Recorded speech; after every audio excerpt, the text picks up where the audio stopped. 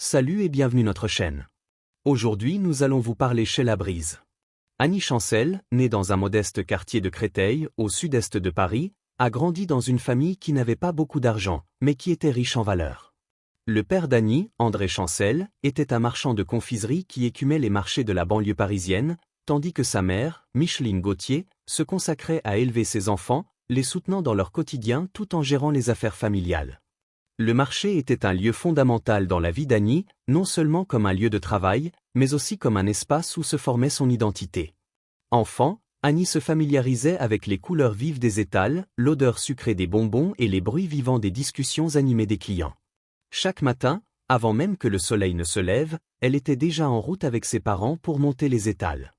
Elle passait ses journées à courir entre les clients, vendant des bonbons, échangeant des sourires et des paroles, et, de temps en temps, chantant tout en ajustant les étals.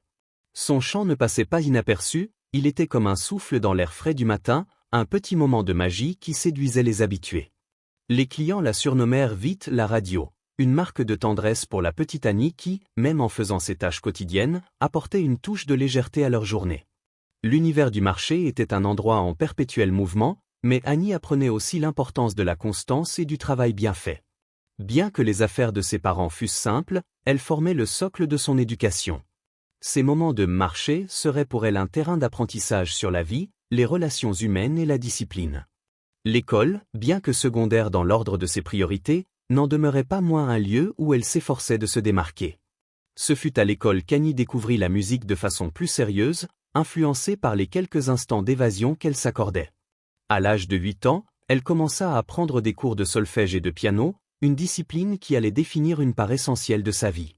Sa passion pour la musique se confirmait dans son regard brillant lorsqu'elle observait des spectacles ou écoutait la radio, où elle captait des morceaux de chansons qui l'inspiraient profondément. Chaque note, chaque harmonie qu'elle apprenait à lire et à jouer, était un pas de plus vers son rêve, devenir une grande artiste. Bien que son enfance fût marquée par des jeux d'enfants simples et une vie modeste, Annie rêvait d'une vie au-delà des marchés. Le monde des stars, celui qu'elle entrevoyait à travers les radios et les chansons à la mode, la fascinait. Les années 1950 étaient une époque de bouleversement culturel, avec l'arrivée du rock'n'roll et la naissance de la vague yéyé. Annie absorbait les influences de cette nouvelle époque et Elvis Presley, Johnny Hallyday, ou encore Edith Piaf devenaient pour elle des modèles de musique et d'inspiration. À l'adolescence, ses goûts musicaux se diversifièrent. Le rock'n'roll en particulier, ce rythme effréné et exalté, semblait être le miroir de son propre désir de s'échapper, de s'épanouir ailleurs que sur les étals de marché.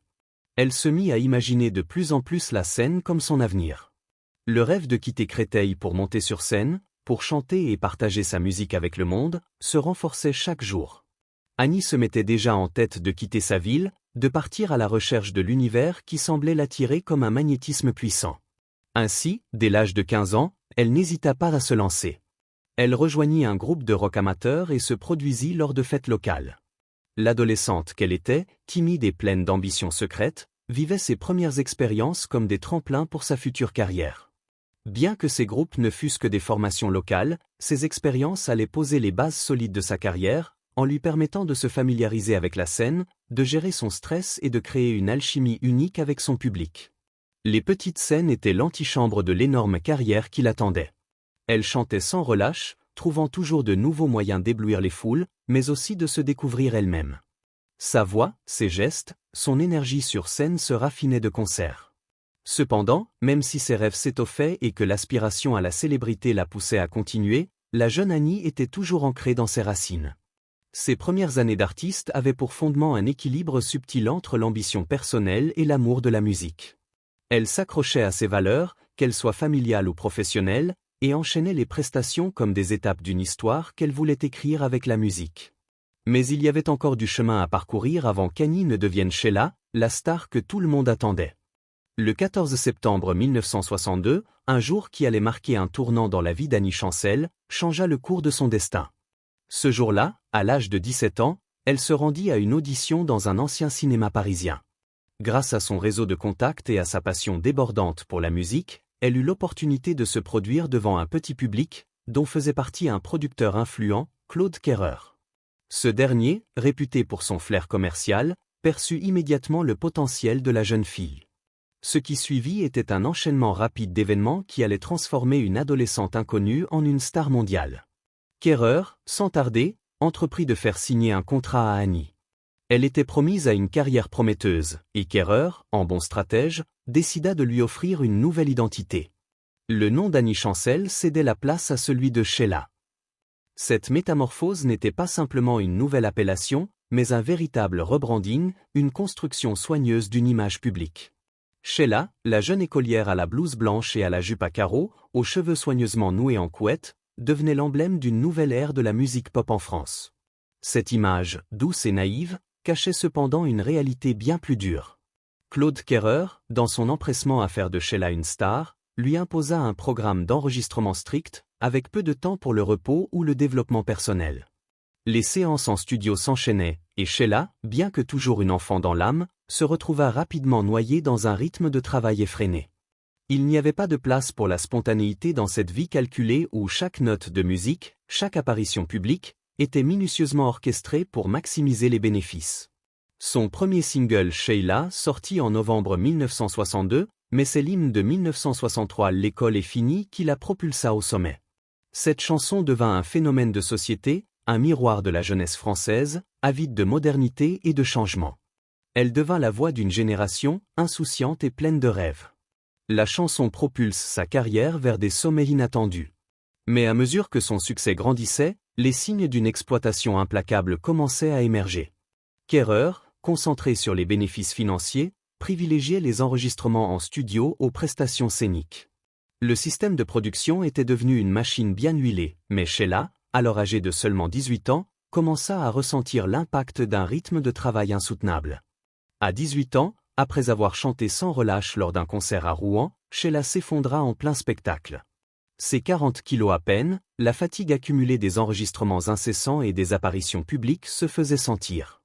Elle fut transportée d'urgence à l'hôpital. La jeune chanteuse, pourtant au sommet de sa gloire, se retrouvait vulnérable, victime du système de l'industrie musicale. Ce fut un moment de rupture, un signe alarmant que son corps et son esprit ne pouvaient plus supporter un tel rythme. Derrière la star, Sheila était une jeune femme perdue, sous pression, et ce poids du succès se faisait de plus en plus lourd à porter. Dans une interview plus tardive, elle se qualifiait de « poule aux œufs d'or », plus perçue comme un produit à exploiter que comme une artiste. Ce n'était plus Sheila qui dirigeait sa carrière, mais les producteurs et les exigences incessantes d'une industrie sans pitié. Les premières années de célébrité furent marquées par des compromis difficiles, et Sheila se rendit rapidement compte que ce que l'on attendait d'elle était bien plus que de simples performances. Elle était devenue un objet, un symbole de la jeunesse française, un produit à vendre. Cela allait de pair avec une pression constante, être toujours parfaite, toujours heureuse, toujours prête à conquérir le public. Le plus douloureux de ces défis résidait dans la rumeur persistante qui naquit en 1964. Après avoir souffert d'une anémie, Sheila suivit un traitement hormonal qui modifia légèrement le timbre de sa voix. Ce petit changement, qu'elle vivait comme une transformation banale, allait cependant déclencher une série d'événements dramatiques. Les médias à sensation, toujours en quête de scandale, se saisirent de cette transformation et diffusèrent la rumeur selon laquelle Sheila n'était en réalité pas une femme, mais un homme. Ce fut le début d'un harcèlement médiatique impitoyable qui allait durer pendant des années. À peine âgée de 18 ans, Sheila devint le centre des moqueries, des spéculations et des attaques. Les rumeurs virent le jour, alimentées par des murmures qui, dit-on, provenaient même de son entourage professionnel. Pour Sheila, l'horreur était totale. Elle se souvint de ces moments d'isolement, enfermée chez elle avec ses parents, dévastée par ces accusations infondées. Le monde qui semblait l'aduler était en réalité en train de la démolir. Cette phase de sa vie marqua un tournant émotionnel profond, et la star en devenir dut apprendre à gérer la pression de ces attaques incessantes tout en continuant à performer. En 1973, Sheila se maria avec le chanteur Ringo. Le mariage, d'abord secret et intime, se transforma en un véritable spectacle médiatique lorsque le producteur Claude Kerrer divulgua les détails à la presse pour en maximiser la couverture. Ce qui aurait dû être un moment romantique devint un événement public chaotique. Près de 10 000 fans envahirent les rues parisiennes, créant une émeute devant la mairie. Ce jour-là, Sheila, au lieu de célébrer son mariage, se sentit plus perdue que jamais. En dépit de l'engouement populaire, la réalité de leur relation fut bien différente. Le mariage de Sheila et Ringo ne reposait pas sur des bases solides. Elle découvrit rapidement l'infidélité de son mari pendant sa grossesse, un coup dur qui la laissa isolée au moment où elle avait besoin de soutien. La naissance de leur fils, Ludovic, en 1975, ne fit qu'aggraver la distance qui les séparait. Le couple, qui semblait si parfait aux yeux du public, ne vivait qu'une façade. Derrière cette image de famille idéale, il n'y avait qu'un vide émotionnel. Le mariage se termina en 1979. Le divorce de Sheila et Ringo fut un processus privé, marqué par l'éloignement des deux époux au fil des années. Elle n'éprouva aucune amertume, mais un sentiment de libération douce. « Je n'ai jamais revu mon mari depuis 1979, je n'ai ni colère ni agressivité, je n'ai simplement plus rien à lui dire », affirma-t-elle plus tard. Cependant, la douleur de la séparation n'était rien comparée aux cicatrices laissées par l'absence de Ringo dans la vie de leur fils, Ludovic. Ce dernier, dès son jeune âge, souffrit de l'absence d'un père, et Sheila dut assumer seule l'éducation de son enfant. Elle se battait pour donner à Ludovic une vie aussi normale que possible, mais le poids des rumeurs publiques et la pression de la célébrité pesaient lourdement sur leur existence. Si cette histoire vous a touché, ne laissez pas passer l'occasion de continuer à plonger dans les récits inspirants de vies extraordinaires. Abonnez-vous dès maintenant à la chaîne pour découvrir encore plus d'histoires émouvantes, de parcours qui vous feront réfléchir et vous motiveront à aller plus loin dans vos propres vies. Un simple clic pour ne rien manquer des prochains chapitres de ces trajectoires incroyables. N'attendez plus. Likez, partagez et abonnez-vous. Ensemble, suivons ce voyage fascinant et inspirez-vous des plus grands.